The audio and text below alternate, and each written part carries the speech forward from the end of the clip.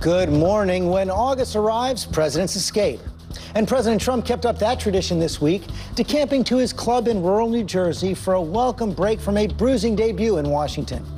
His big-ticket promises to repeal Obamacare, build a border wall paid for by Mexico, dead in the water. His approval rating, the lowest of any president ever so early in his term. This week, we learned that Special Counsel Robert Mueller is zeroing in on the president's inner circle with a grand jury meeting in Washington, documents demanded from the White House. And just this morning, President Trump wakes up to this headline in the New York Times. Presidents aside, GOP stars move toward 2020 bids. Mike Pence's schedule is so full of political events that Republicans joke he is acting more like a second-term vice president hoping to clear the field than a number two sworn in a little more than 6 months ago. Can you believe it's been just 6 months? One big bright spot for the president, the economy. Another strong jobs report on Friday, and Trump's most loyal followers in West Virginia showed him lots of love the night before. Since our election, not mine, since our election, we've added more than 1 million new jobs. And the good news keeps pouring in. And with that, let's bring in the president's counselor, Kellyanne Conway. Kellyanne, thanks for joining us this morning. Hi, George. Hi. So I just talked about the economy right there. You've seen another good jobs report on Friday, solid growth through this year. The stock market, as the president has pointed out, at record highs, yet the poll this week showed 61% disapproval for the president. So why are people so unhappy with the president when the economy is doing so well? But the numbers that you talked about are the most important indicators. You also see consumer confidence numbers, manufacturer, home builders, small business formation confidence. You see record close of the Dow over 22,000 points. These are the measurements that matter to everyday Americans. And even this president, when he came in, George, he made a promise that for every new regulation in, he would have 2 that went out. We're closer to 16 out for every new one in. And that regulatory framework has been so critically important to taxpayers, to property owners, to folks who are working hard and trying to get ahead. I would note, too, in some of the polling, which, of course, I scour daily on behalf of the president, his approval rating among Republicans and conservative and Trump voters is down slightly. It needs to go up.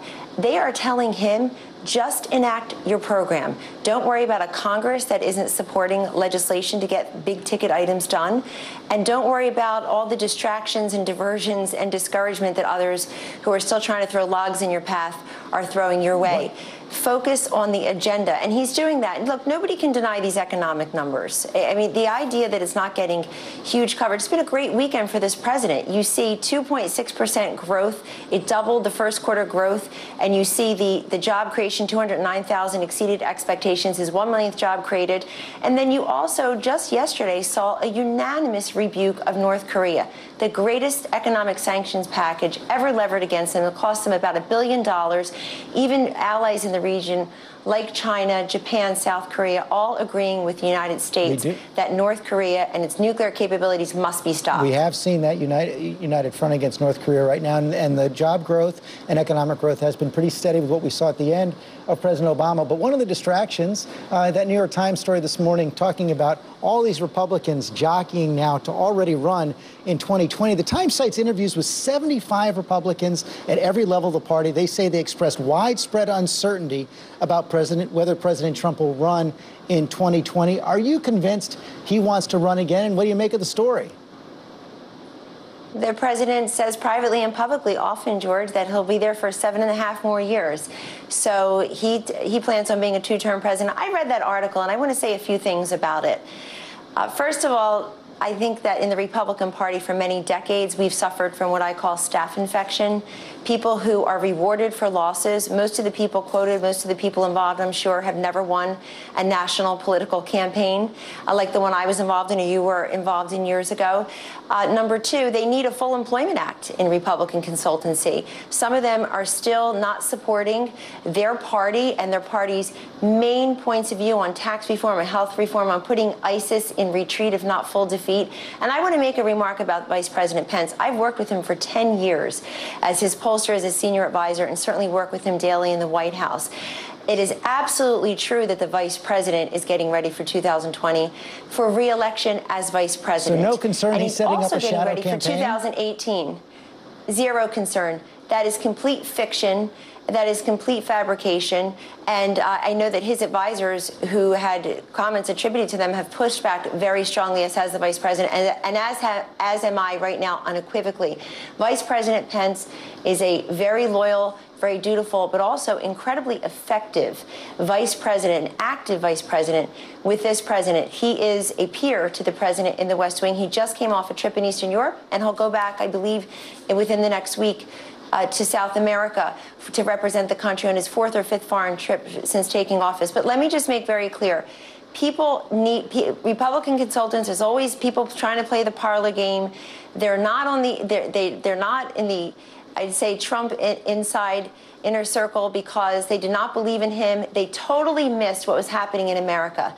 That the forgotten man and forgotten woman, many of whom had voted for Democrats in the past, many of whom had never voted or never voted in decades, came forth and made this new Trump coalition in a way that, Frank, respectfully, the last couple of Republican candidates did not. Mitt Romney and Paul Ryan won one state. They lost Wisconsin by 7 points. Donald Trump won Wisconsin, Michigan, Pennsylvania, Ohio, Iowa. I would tell my Republican brethren, get on board. Help us with tax reform and health reform, and stop looking at 2020. Let's see. We will see what happens with that in September. Meantime, General Kelly wrapping up his first week as chief of staff. We have that picture of him addressing the entire White House staff right there. Some 200 people lined up there. I guess that's in the old executive office building. What difference has he made so far? It was quite a week with General Kelly. A few things, George. I know there's much commentary about the order and the discipline. All of that's true. But let me just tell you that General Kelly is someone who wants to empower his staff to succeed. He commands respect, but he also shows respect. And in sitting in different meetings with him and watching him in action this week, I've been incredibly impressed as to what a great listener, fully engaged General Kelly is. And I also believe the world is such a dangerous place, and so much of President Trump's day is filled with intelligence briefings and new facts and figures about this increasingly dangerous world. It really helps to have a general in his 5th decade of public service going right back in and taking that oath of office again for a new position, so that he is hand in glove with the president. He has been with the president quite a bit this week, but he's been with the rest of us and the senior staff as well. We're very happy to have General Kelly there as well, because he, for the first 6 months of this year, George, has been a member of this president's cabinet. And he knows full well this hand-picked cabinet of talented and engaged and quite successful men and women are superstars in this administration. And also, General Kelly, I want to say, has been the chief military aide for 2 different secretaries of defense in a very bipartisan fashion. In addition, we should mention the biographical point, in addition to running the Southern Command. So he's very knowledgeable about the hot spots around the world. He, of course, is a master at unit cohesion. And we feel that coming together in the West Wing. We still are seeing tweets from the president. He's insisted he's going to keep up that tradition, including this one on Thursday, where he said, our relationship with Russia is at an all-time and very dangerous low. You can thank Congress, the same people that can't even give us health care. How is Congress responsible for relations with Russia being at an all-time low, and who is he talking about?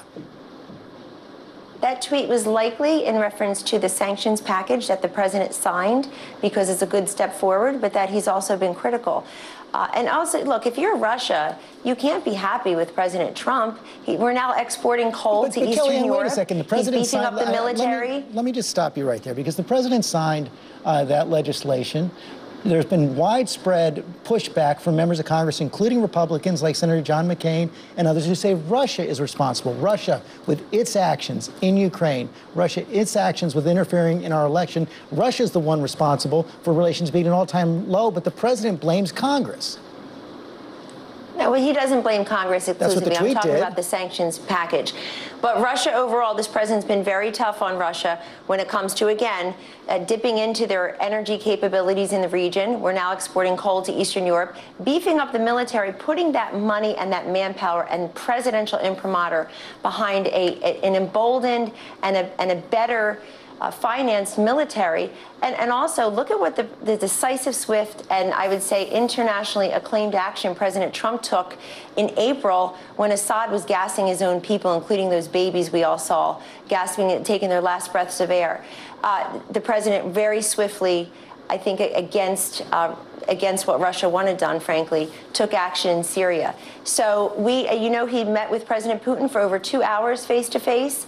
We know that if we can work on the big issues with Russia, like defeating ISIS and not calling them our determined enemies like Hillary Clinton did a year ago, and not putting them in full retreat or defeat, calling them the JV team that was losing power as President Obama did, then we'll work on those issues. We're very happy that Russia was one of the 15 members unanimously voted for sanctions yesterday on North Korea. You have 5 permanent members and 10 rotating members. Kellyanne, that's very different from the message the president is sending in that tweet. You also have bipartisan members of Congress right now, including coming up on this program, Tom Tillis and Chris Coons, who now are introducing legislation to protect the special counsel, Robert Mueller, saying that any decision by the president to fire Mueller, if it indeed comes, should be reviewed by a judge. What does the president think of that legislation?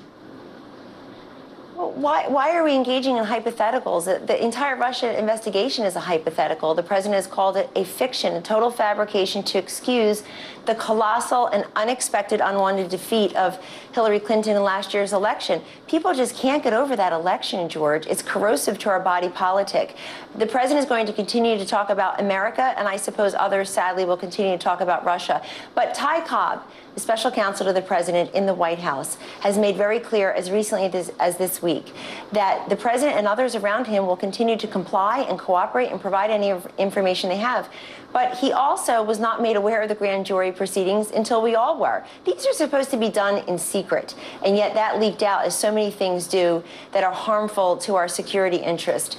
And let me just say something else about Russia. The president took on a new tack in West Virginia, speaking about this the other night. He told the people there and around the country that those who are pushing this phony, fabricated Russian investigation are cheating you, the voters, out of what you clearly said you want. You want a new and different direction. You don't want the same failed policies. You want free markets. You want democracy. You want national security, American exceptionalism, prosperity at home. He's making good on those promises. Look at the stock market. Look at the jobs numbers. Look at the growth. Look at the regulatory rollback on things that were hurting taxpayers and property owners and job creators.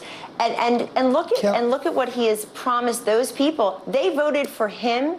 And if Bob Mueller is going to continue the investigation, we'll cooperate however best we can. But the president is not a target of any investigation. Jim Comey told him that as FBI director 3 times, and he assured that under oath. That may have been overtaken by events now, and we'll see whether the special counsel is indeed looking at obstruction, including of the president. Doubtful. Part of the reason, as you know, that this story has persisted is because the White House and the president's surrogates have told conflicting stories. First, they said no contacts with Russia, and then it turned out there were at least 18 contacts. The story broke in the New York Times saying the president was involved in the drafting of his son Don Jr.'s misleading response to that meeting he had with Russians during the campaign. And Jay Sekulow, the president's attorney, came on GMA and told me this, saying the president was not involved. The president didn't sign off on anything. The president wasn't involved in that. Well, the New York Times says that he was involved in it, that several people on the plane were involved in it as well. So you're disputing That's incorrect. That account from the New York Times. Yes. But just this week, when the Washington Post reported with more detail that the president was indeed involved in the drafting, Sarah Sanders, the press secretary, conceded it. Let's listen. The president weighed in as any father would based on the limited information that he had. This is all discussion, frankly, of no consequence. 2 very different answers in the space of 2 weeks there, Kellyanne. The most important thing that Press Secretary Sarah Sanders said there, which is completely true, is that there's no consequence to any of these meetings. The president weighed in as a father. He did not dictate the statement. But first, the White House and the president's lawyers said he wasn't involved at all. They didn't tell the truth. George, I know there's this whole thing about where everybody wants to take about this tack. Telling the truth. Let's talk about, let's talk about telling the truth. Let's talk about a president looking Americans in the eye who are still suffering 8 years later, who were lied to. If you like your plan, you can keep your plan. If you like your doctor, you can keep your doctor. Benghazi happened because of a video. Go tell the families of those 4 innocent Kellyanne, Americans you're who were simply changing the subject right here. That lie mattered. Hold on a second. No, that is the subject. Let's talk about credibility that impacts Obama people. And Hillary Clinton. Right there, I said those were big lies. Directly different responses within 2 weeks. How do you explain that? Can the president and his team get control of that and be open and truthful about the Russia investigation? George, the president has said the entire investigation is fabricated, that this is a conclusion in search of evidence. They've come up with nothing. We've been doing this for almost about a year now. And what is there to show for it? What has actually metastasized in a way that we can say, wow, there's a smoking gun, there's a silver bullet? I spent a lot of time with you during the campaign as a campaign manager on your 2 programs, and others did with ABC as well. What one thing did we ever say, do, or conspire that had anything to do with Russia? When I needed negative information about Hillary Clinton, I took a moment and I listened to Hillary Clinton. I mean, we went to Michigan, Kellyanne, not but wait Moscow. a second. We know now what has come up in just the last few weeks is that Don Jr. responded to an email saying that he was going to get Russian government information on Hillary Clinton. That was not out during the campaign. That was revealed just in the last several weeks. Right, but what came of that meeting? Nothing. Jared Kushner shared with the House and Senate committees and then with all of us in a public statement at the White House about 10 days ago, George, that he had texted an aide and said, please get me out of this meeting. It's a waste of time. If you're getting dirt on your political opponent, if you're getting the silver bullet and the secret sauce on how to win the election, you don't ask your aide to pull you out of the meeting. You say, please order lunch. Let's just stay a while. There's nothing. It was nonsense. It was a ridiculous meeting. It was nothing. People want to offer their services and have meetings all of the time. Believe me, I know you know this. But let's look at the consequence. No follow-up, no results, no relatability. I was never informed of that meeting. I found out about it when you found out about it, when the rest of the public did. When the president had no knowledge of that meeting. Bottom line, Kellyanne. Yes.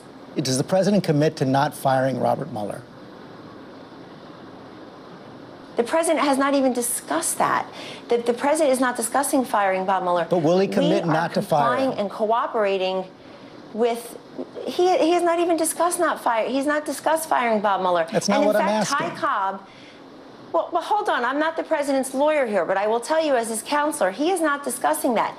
You have to listen to his special counsel, Ty Cobb, who works in the White House now, and has said very clearly, George, this week, that we will continue to cooperate with Bob Mueller in his investigation, even though he just hired the 16th person.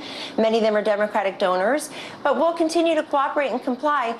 And Ty Cobb said something that reflects the thinking of all of us, including the president.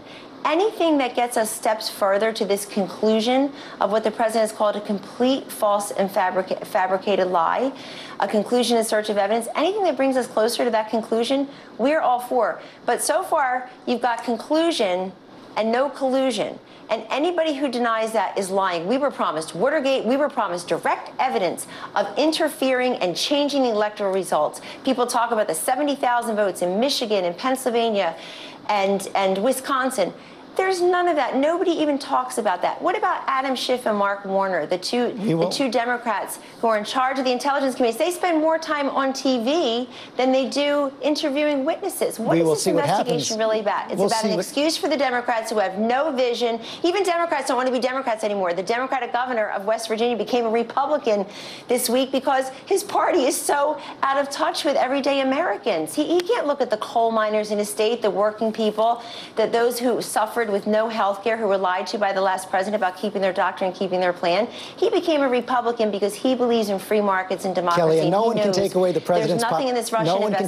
president's popularity in West Virginia. We'll see what happens with the Mueller investigation. One final subject, this transgender ban that the president put out, the transgender tweet a couple of weeks ago on July 26th. He said, after consultation with my generals and military experts, please be advised that the United States government will not accept or allow transgender individuals to serve in any capacity in the U.S. military. Yet after he sent out that tweet, the chairman of the Joint Chiefs of Staff said he's going to wait for any official order from the president before they implement it. You've had the commandant of the Coast Guard this week saying he's not going to break faith with the transgender individuals inside his forces right now. General Mattis was apparently blindsided by the tweet from the president as well. So what I want to know is specifically which generals and military experts signed off on that tweet from the president.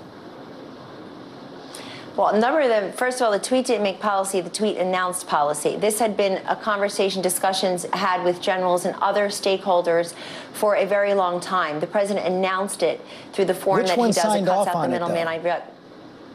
Well, hold on. He had talked to generals for quite a long time. I know that, and other stakeholders. And the fact is, the Pentagon's a big place. If you find 5 or 10 people who say we had no idea, 100 people say we had no idea, that doesn't mean that everybody there who needed to know. I don't know when everybody at the Pentagon found out, but the president has made very clear what his policy is. The next steps, George, as you know, are to have policy guidance and to put the order out and to work with the stakeholders, obviously Secretary Mattis and others, to implement this new policy. But did the chairman of the Joint Chiefs, did the defense secretary, did the commandant of the Coast Guard, did the other service chiefs sign off on that policy, on that tweet before the president sent it out? I can't answer that because I wasn't in the room when they discussed it with him, and I certainly aren't on the National Security Council. But I will tell you, and having spoken with the president directly about this, and having been involved a little bit in the discussions, that the president had consulted for quite a while with different stakeholders, including his generals. What he says in the tweet is absolutely true. He consulted with generals and others about this issue, and President Obama took a late in the game action. I mean, everybody runs around acting like he had a particular policy for all 8 years. He did not, and you know that. He took late in the game action, and the president is now acting early in his administration because he believes in military readiness and he believes in unit cohesion. This is what he has said. This is what others have said. But the policy guidance and the exact order and the final, the final configuration of the law obviously are forthcoming. Kellyanne Conway, thanks very much for your time this morning. Thank you, George. Always a pleasure. When we come back.